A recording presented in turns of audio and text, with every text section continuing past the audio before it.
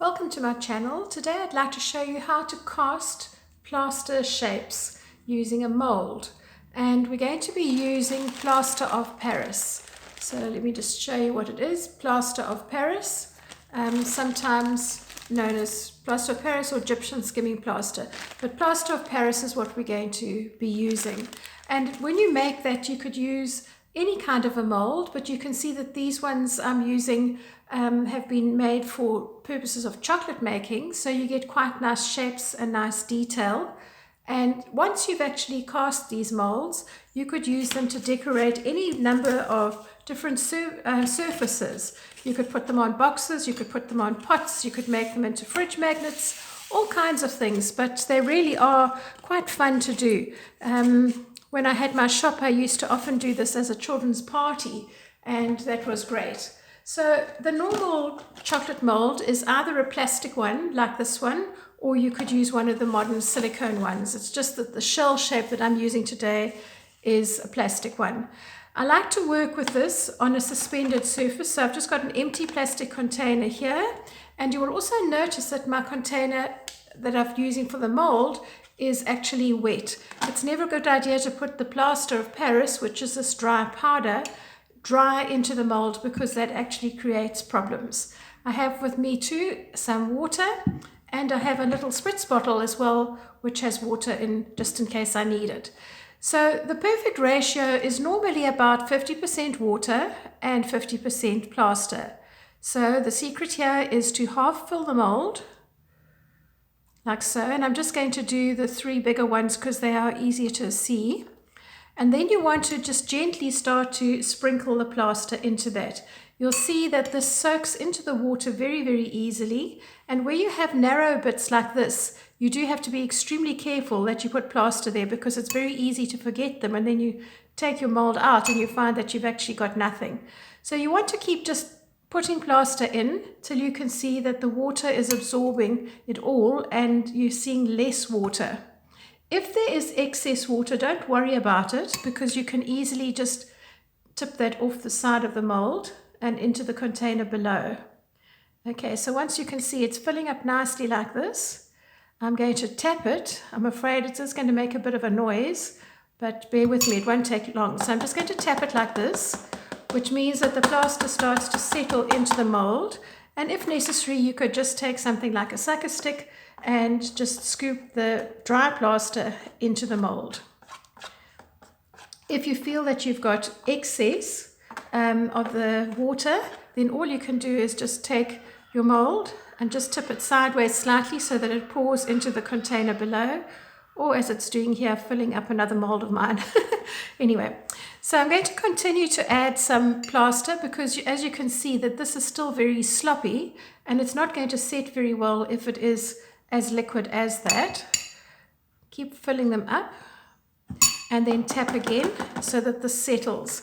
If you do have a dry spot like this, then you need to just take a little kebab stick and mix it in so that the moisture is soaking into the dry plaster. You don't want a lump of very dry plaster. Make sure that it's into the corners of the molds.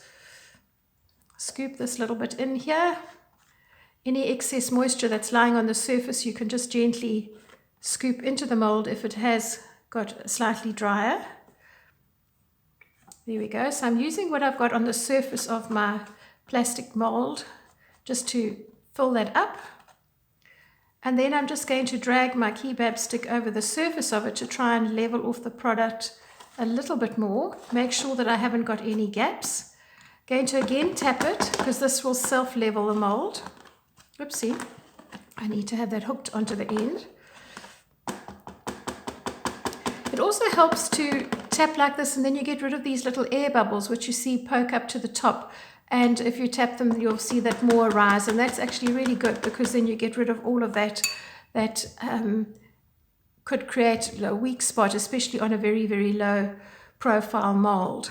Okay, so gladly going to just tap it again, move the moisture into the mold, mix up any little dry spots, and then scrape the kebab sticker across the top. You could mix this up in a jug beforehand, so I know some people who prefer to actually do it in a jug, but I would do that if I was doing bigger molds in larger quantities. I do find it's very wasteful if you're doing smaller quantities to suddenly have this jug of plaster. And if you've ever worked with plaster of Paris before, you will know that it starts to harden within a couple of minutes. So you haven't got a lot of time to play around. So this method actually works for me. If you have found that you've got a lot of mess on the side of your mold, then what you could always do is just to take a piece of paper towel, tear it up into smaller bits so that you could actually make a slightly more pointed bit and just quietly go around the edges and neaten it up. If you have a very thin film of plaster around the edge, that's not going to make any difference to your unmolding at the end. But what you don't want to find is that you've filled in so much plaster around this edge that it becomes really thick and that it's going to just come off with the actual mold itself. Right, so plaster of Paris is quite interesting. While it's curing, which means that while it's setting, you'll notice if you work with it in larger quantities that it actually gets warm, and then it also expands. So for those of you who have ever made topiary trees and you want to do this perhaps in a terracotta pot, don't. Do it in a plastic pot and then put your plastic pot inside the terracotta pot, because when it expands, if it is in a rigid mold like a terracotta pot, it will crack it. Experience has taught me that. So please just learn from the experience of mine and my many students over the years who insisted on doing things in terracotta pots. You're going to need to leave this aside for about an hour or so. The mold will harden, but it won't actually be completely dry yet. You can tip it out then and leave it to dry. It will look slightly almost yellowish white when it's just tipped out, and if you leave it overnight to dry, it becomes white. And this you could paint then with acrylic paints or with oils, whatever you want to do. When you come to unmold something, you'll often notice that this is the film that I was talking about that's on the surface that's just going to break up into crumbs, and it's not really going to affect your unmolding. But you want to just place your hand over the edge of the mold and tip it over, and then just tap like this. Oh, there we go. And then it releases.